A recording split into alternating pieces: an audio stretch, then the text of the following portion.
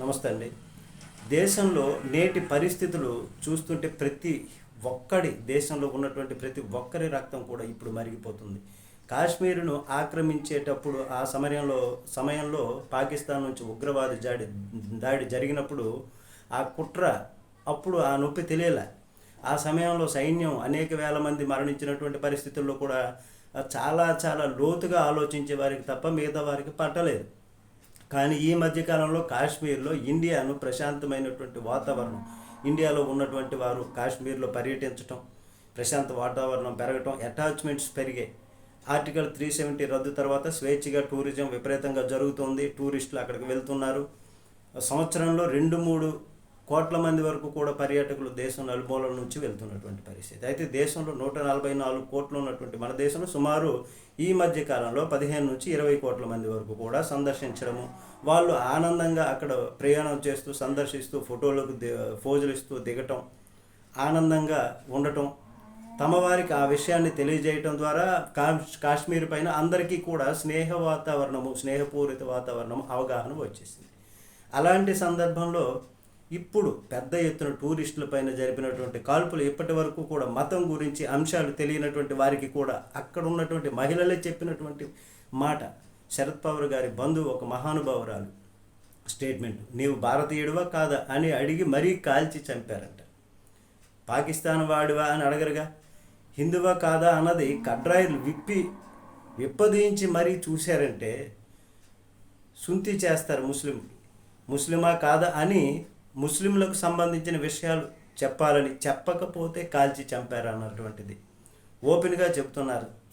చెప్తున్నా సరే అది డైవర్ట్ చేయాలన్నటువంటి, అట్లాంటి జరిగినటువంటి నిజాన్ని దాన్ని డైవర్ట్ చేయాలి అన్నటువంటి చేతగాని పనికి మాలిన వెధవలని చూసేటప్పుడు ఈ దేశం రక్తం మరింత మరిగిపోతుంది, చలించిపోతుంది ప్రతి హృదయం కూడా. భారతదేశంలో భారతీయుల మీద చేస్తున్నటువంటి దాడి అన్నది ప్రతి ఒక్కరి హృదయంలో కదిలిస్తుంది, ఇప్పుడు మండేలా చేస్తుంది. పాకిస్తాను మరికొద్ది సమయంలో మనం తీసుకున్నటువంటి రిటాలియేషన్ యాక్షన్ చేస్తుంది. ఐక్యరాజ్య సమితికి సింధు జలాల విషయం పైన వెళ్తానంటుంది. మన దేశంలో పాకిస్తాన్ రాయబార కార్యాలయ సిబ్బందిని తగ్గించుకుంది. ఎందుకంటే మనం తీసేసాం కనుక. అలానే మన దేశంలో ఉన్నటువంటి వారికి పాస్పోర్ట్లు ఇవ్వనంటుంది.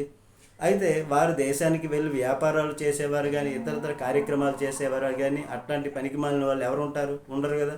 అట్లా చేశారంటే వాళ్ళతో బాంధవ్యం ఉన్నటువంటి వాళ్ళు అయ్యి ఉంటారు. ప్రతి ఒక్క భారతీయుని హృదయం కూడా రగిలిపోతుంది.